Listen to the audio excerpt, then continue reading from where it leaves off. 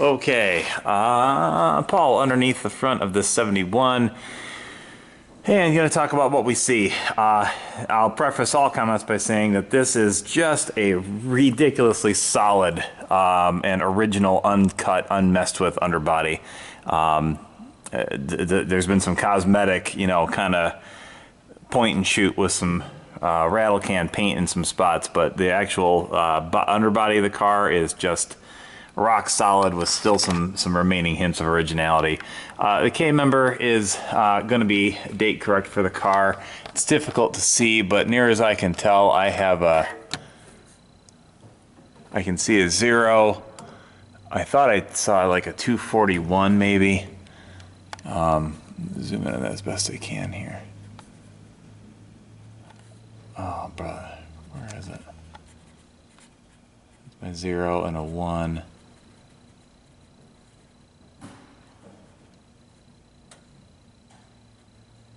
I think that's another one. I need to clean that up a little bit more. I'm going to clean that up and take another shot at getting the date code off the K member, but I have a suspicion it's going to be correct for the car.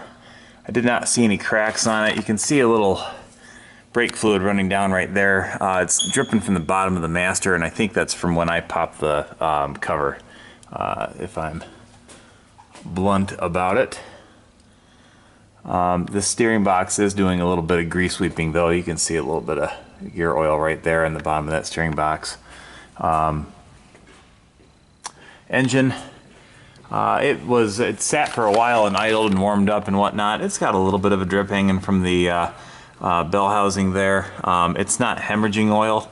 It's been sitting on this hoist for maybe almost an hour, and that's as much of a drip as we've accumulated there, but be that as it may, it might leave a drop or two here and there. The front of the engine looking pretty clean and dry.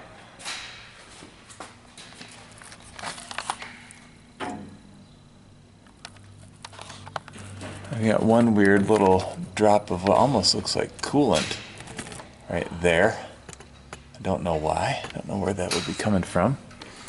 As I said, before I took it across the country, if you were going to drive it back to Colorado, I really might consider throwing a set of hoses at it. The hoses don't look like they're going to go tomorrow, but it's cheap insurance if you're really thinking about a cross-country trip. I would maybe consider that. For local driving, I'd suspect they're probably fine for a little while yet. But the front strut rod bushings have been changed. Both sides. There's a locking pin in this one. This one does not have anything, though, just to keep things from rolling out. There's a lot of pulls on the die holes underneath the car. One there, one there. There's several out back, but it wasn't to repair any collision damage. So getting loaded onto flatbeds or I don't know what, but someone's been yanking on things underneath here, but it wasn't on any kind of a rack for collision repair or anything like that, because there's just zero evidence of any repaired collision damage anywhere underneath the car. The inner fenders are nice and clean and certainly appear original. You don't see any evidence that anything was ever changed. Shock absorbers all look to be about the same age. You can see there's a little bit of black overspray on these front shocks. Somebody fogged in these lower control arms in black, painted the K member too, which is peeling in a few places. You can see the steering gear has ripped in this weather seal just a little bit. I took a picture of the block casting date. I didn't take one of the code though. 2780930-3, I believe, is what I see. Oh, there's your photograph of it. I believe this was a June, maybe 26th or 28th, 1970 cast block, which is a date a little bit earlier than maybe I was expecting to find on this car. But I'm confident will predate assembly. It does have a matching VIN stamping on it, and at first glance the stamping did not look very good, but then a closer scrutiny, particularly compared with when compared with the transmission VIN stamping, and they should be identical because they were hit with the same tool at the same time. Upon closer scrutiny, that stamping actually looks pretty good. I think it's legit. Front flexible rubber brake hoses are in good shape. They're not brand new, but they've got some life left in them yet. Both the front brake pads, they're getting down. They're definitely less than 50%, maybe even less than 40, but they've got some miles on them. I think all the steering gear was changed. There's no play in the idler. Didn't pick up any play or wear in any of the steering linkages. As I said, no major leaks from the engine, and really not much in the way of weeps from the transmission pan. You can see I've got one little drop of trans fluid right here. It looks like it's coming from that bolt right there, and then wind is maybe blowing it back, but yeah, that's where it's running down. And this bolt head is slightly damp as well, but certainly not puking it out. You can see again, the bulkhead, it's dirty, but it's rock solid. I mean, it's not, there's no undercoating covering anything up. I mean, what you see is what you get. It almost looks to me like somebody might have attacked this chassis with some, like a dry ice cleaning or something like that, because the floor pans are just spotless. Somebody's definitely taken some time underneath here to clean, the floor pans and the inner rockers and stuff, which is great because it really shows you what you got. And it's, I'm telling you, this is a really solid underbody. It's very impressive that way. Again, you can see we've got some pull marks on these die holes here, but the frame rails are all straight, not kinked, not bent. I've got the hidden VIN stampings in the expected location on the front radiator core support. The quarter panels are original to the car. I mean, this is just, there's zero evidence that this car sustained any kind of a major impact that would require some time on a rack to straighten it out. I don't see it anywhere at all. Don't see that. Torsion bar cross member supports, again, rock solid throughout, and more than being rock solid, they're not covered with a bunch of undercoating. So what you see is what you get. It's, again, very impressive. I don't mean to beat a dead horse here, but this was an economy car, even with a 340. So it's nice to see one as solid and as good a survivor as this. Very cool. And again, I mentioned some hints of originality, like right here. This is a return line for the fuel system. Those are original clamps. That is an original hose. It's not a repop that is as it was on the line in '71. Now the delivery line for the fuel pump, which is this line right here, that's got a hose that's been changed, as you would expect. But this is just I think either a vapor return line or an overfill line, return line back to the tank. And again, hose is brittle, but it's also probably not moving much fuel, and it might not even be connected anymore. But in any event, that's an original piece. Again, rear seat pans. And the other cool part about this car is, when these cars get cut up and messed with and everything else, it's always, guys will line up the top portions of the doors, but it's always the lower parts of the doors that don't fit right next to the rocker panels, don't fit right next to the front fenders. But this one, the door fit is perfectly even and consistent along the rocker. It's flush. Everything is beautifully fitted back here. It's good and flush back there, and it's perfectly fitted to the front fenders as well. I mean, it's and it's just like that on the other side. And again, when you get these things and they're cut up and messed with, you just don't see them quite like this. So that looks really, really good. Again, there was no Bondo or filler in these lower rockers. It checked already, doors, fenders, etc.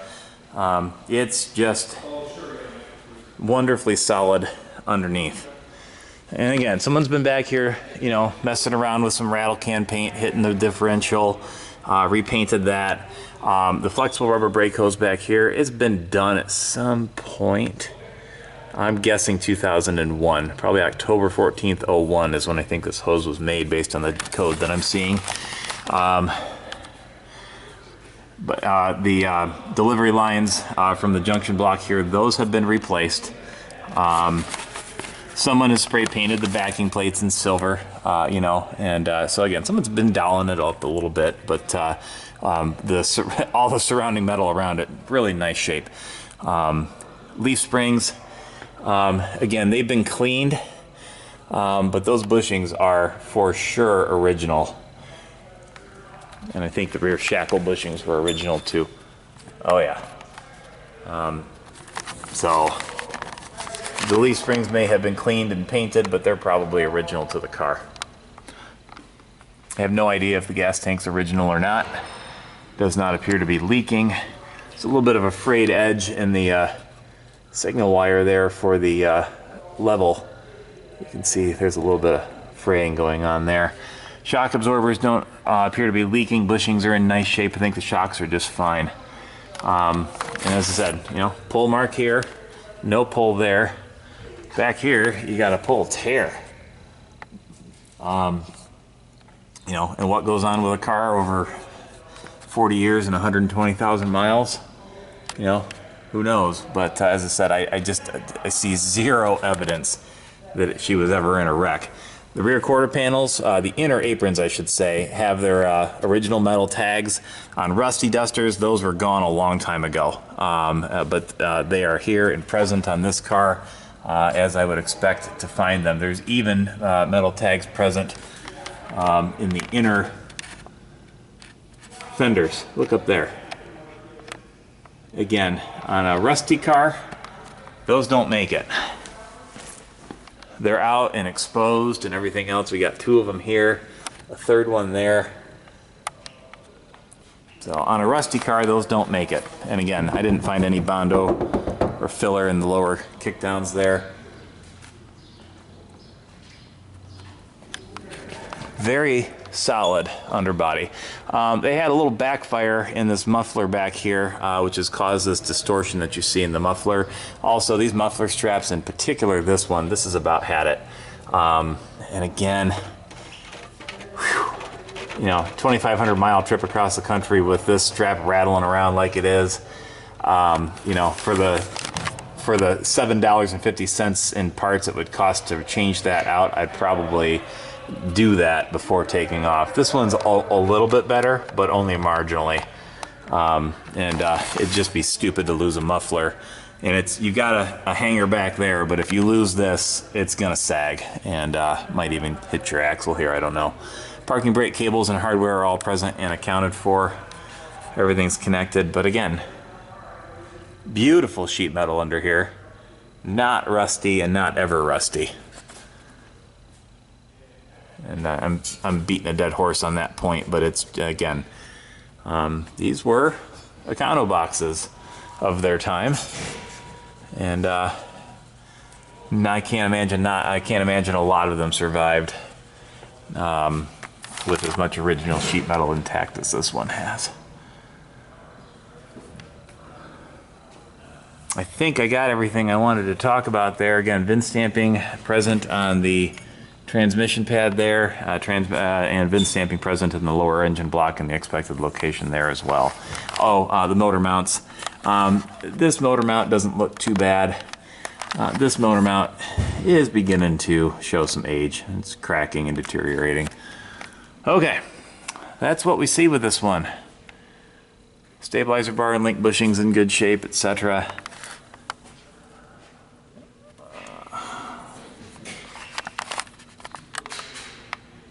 More in a minute. Thanks.